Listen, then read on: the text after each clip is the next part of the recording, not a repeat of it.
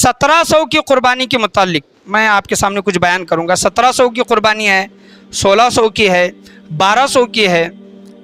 तो एक सवाल है, जो 1700 की कुर्बानी जो कर रहे हैं, 1600 की है, 1200 की है, क्या इतने पैसों में कुर्बानी हो जाती है क्या? एक सवाल है।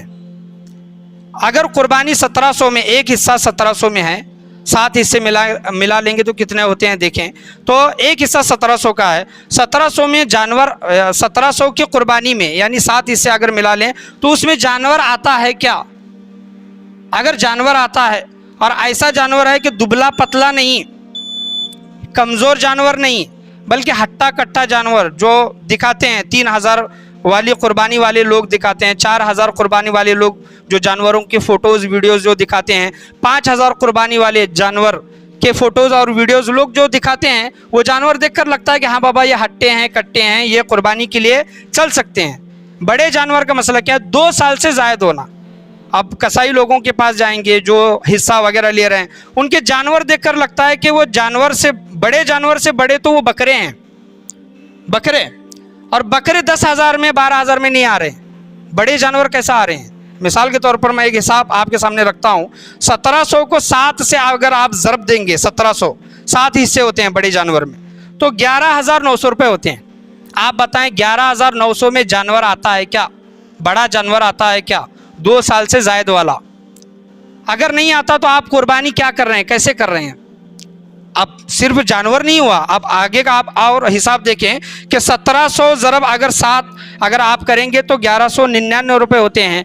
और जो कोई हिस्सा ले रहा है, यानी समझ ले मिसाल के तौर पर कोई एक फलां हाफिज़ साहब है, आलिम साहब है, या फिर कोई एजेंट है, वो हिस्सा लोगों के पास ले रहा है, तो उसका कुछ उसमें कमीशन रहता है। कम से कम कमीशन मैं बताऊं आपको, कम से कम एक हिस्से में कमीशन जो रहता है, जो जानवर का जो हिस्सा लेते हैं, कम से कम कमीशन, ज़्यादा भी हो सकता है लेकिन मैं कम बोल रहा हूं, 500 रुपये तो होता है।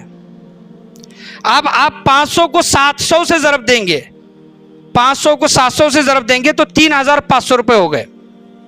कमीशन निकालें, 11,900 में आप 3,500 नफ़ी करें तो कितने रुपए बचे?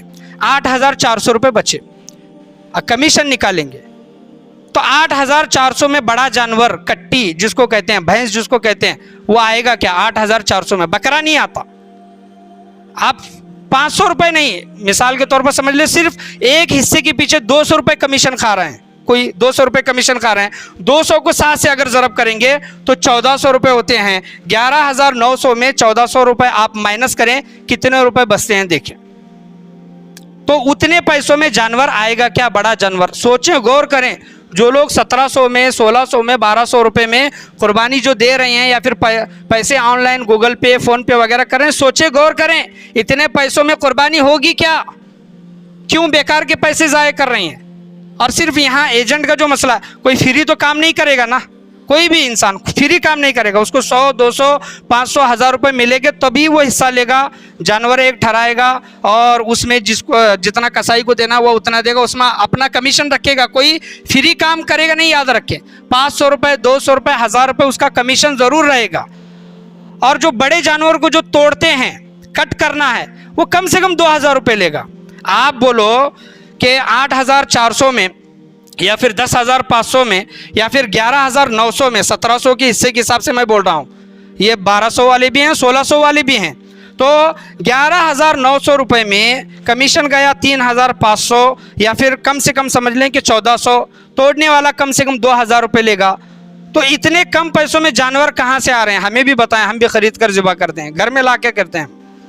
इतने कम पैसों में नहीं आता। और ये कंडीशन, ये शर्त क्यों लगाई और किसने लगाई कि जानवर का गोश्त नहीं मिलेगा? आपको किसने ये हुक्म दिया? आपने किसको ये कहा है, इजाज़त दी है आपको कि जानवर का गोश्त नहीं मिलेगा? 1700 में जानवर का गोश्त नहीं मिलेगा, 3,000 में, 4,000 में, 5,000 में जानवर का गोश्त मिलेगा। 4,000, 3,000 में जानवर आपके शहर में ज़िबा होंगे, 1700 के जानवर यहाँ ज़िबा नहीं होंगे, दूसरे शहर में होंगे, और वो गोश्त वहीं पर तकसीम होगा।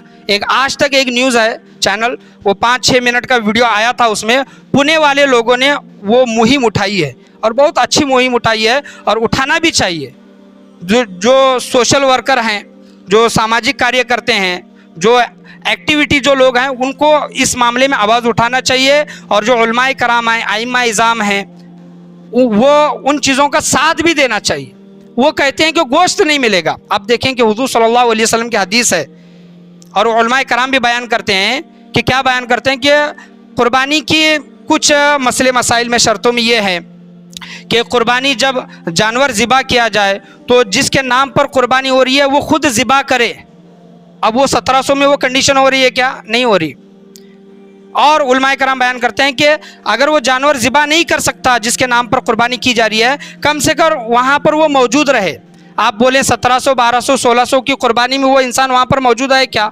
कुर्बानी हो जाती है, मैं ये नहीं बोल रहा, लेकिन उलमाए कराम ने कुछ चीज़ें बयान की हैं कुर्बानी के मुतालिक कि वहाँ पर खुद जानवर का ज़िबा करना ये ज़्यादा बेहतर है। अगर ज़िबा नहीं करते तो वहाँ पर मौजूद रहना चाहिए। 7 लोगों में से कम एक इंसान तो वहाँ पर रहना चाहिए। अगर नहीं रहेंगे तो कुर्बानी हो जाएगी। लेकिन ये चीज़ें जो बयान करते हैं, ये कंडीशन, ये शर्त, ये क्यों लगाते हैं? अगर 1700 में कुर्बानी हो रही है तो आप गोश्त दो उनको जो 1700 की कुर्बानी में हिस्सा ले रही हैं। हुजूर सल्लल्लाहु अलैहि वसल्लम फरमाते हैं कि रमज़ान की ईद में, ईद को आने से पहले खा पी कर आओ। और बकरीद की ईद में क्या है? बकरीद ईद में हुजूर सल्लल्लाहु अलैहि वसल्लम फरमाते हैं, हदीस है कि ईद की नमाज को आने से पहले कुछ ना खाओ, कुछ ना खाओ, आओ ईद की नमाज पढ़ो, ईद की नमाज के बाद जाओ और अपने कुर्बानी का जानवर ज़िबा करो, उसका गोश्त पकाओ, तब तक भूखे रहो, और वो कुर्बानी का जो तुम अपने नाम पर कुर्बानी का उसका गोश्त खाओ। ये हुजूर सल्लल्लाहु अलैहि वसल्लम फरमा रहे। तो आप बताएं, ये हदीस के खिलाफ काम कर रहे हैं कि नहीं कर रहे हैं? हुजूर सल्लल्लाहु अलैहि वसल्लम ने फरमाया, हुजूर सल्लल्लाहु अलैहि वसल्लम ने तो फरमाया कि बकरीद के बाद अपने कुर्बानी के जानवर का गोश्त पका कर खाओ, ज़िबा करो, उतनी देर भूखे रहो, पका कर खाओ। क्या ये सुन्नत अदा हो रही है? इस सुन्नत से कौन रोक रहे हैं? हमारी हुफ़ाज़ कराम, हमारे ही उलमाए कराम, हमारे ही आइम्मा इज़ाम, हमारे ही मुफ्तियान इज़ाम। कुछ लोगों की बात कर रहा हूँ, सब लोगों की नहीं।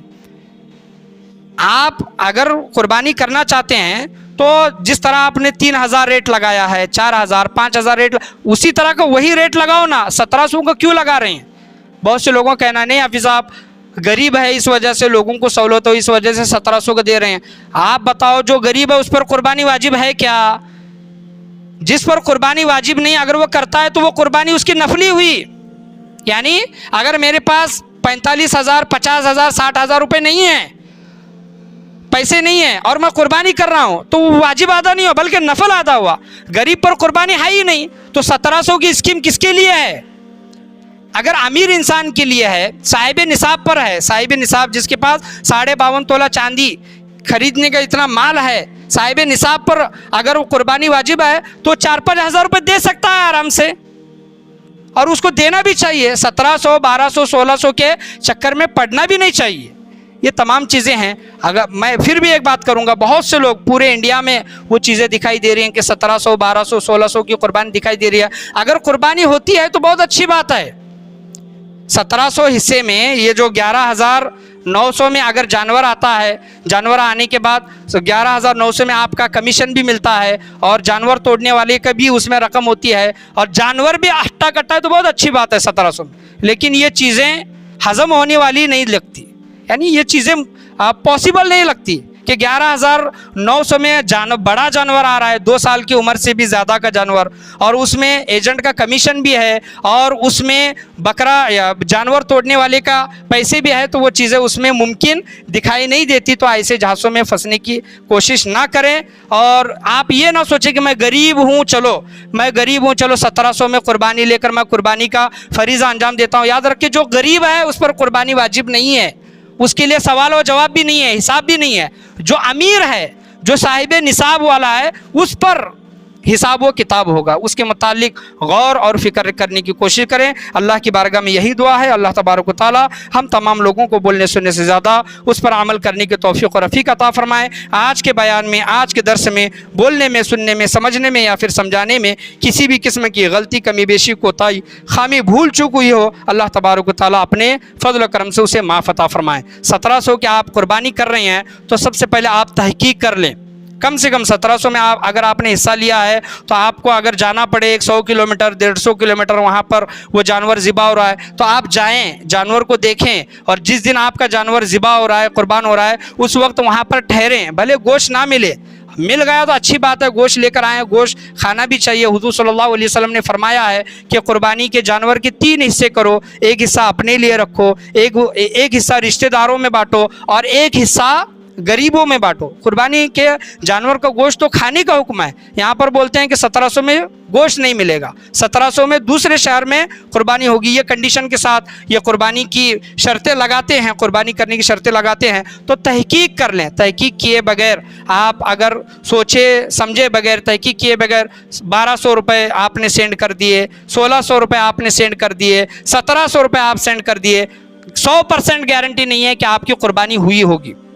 तो उसके जिम्मेदार भी आप ही होंगे, याद रखें। जो लोग कर रहे हैं ना, जो लोग कर रहे हैं उनका धंधा है, उनका बिजनेस है, वो कर रही हैं। लेकिन जो लोग 1700 1600 रुपये दे रही हैं और उसको फ़ोन पे गूगल पे कर रहे हैं, वो खुद भी जिम्मेदार होंगे। क्यों? क्योंकि तुमने तहकीक क्यों नहीं की, तुमने जांच पड़ताल क्यों नहीं किए। सवाल और जवाब उनसे भी होगा। अल्लाह की बारगाह में यही दुआ है, अल्लाह तबारक व तआला हम तमाम लोगों को बोलने सुनने से ज़्यादा उस पर अमल करने की तौफीक अता फरमाए। ला इलाहा इल्लल्लाह मुहम्मदुर रसूलुल्लाह सल्लल्लाहु अलैहि वसल्लम व आखिरु दावाना अनिल हम्दुलिल्लाहि रब्बिल आलमीन।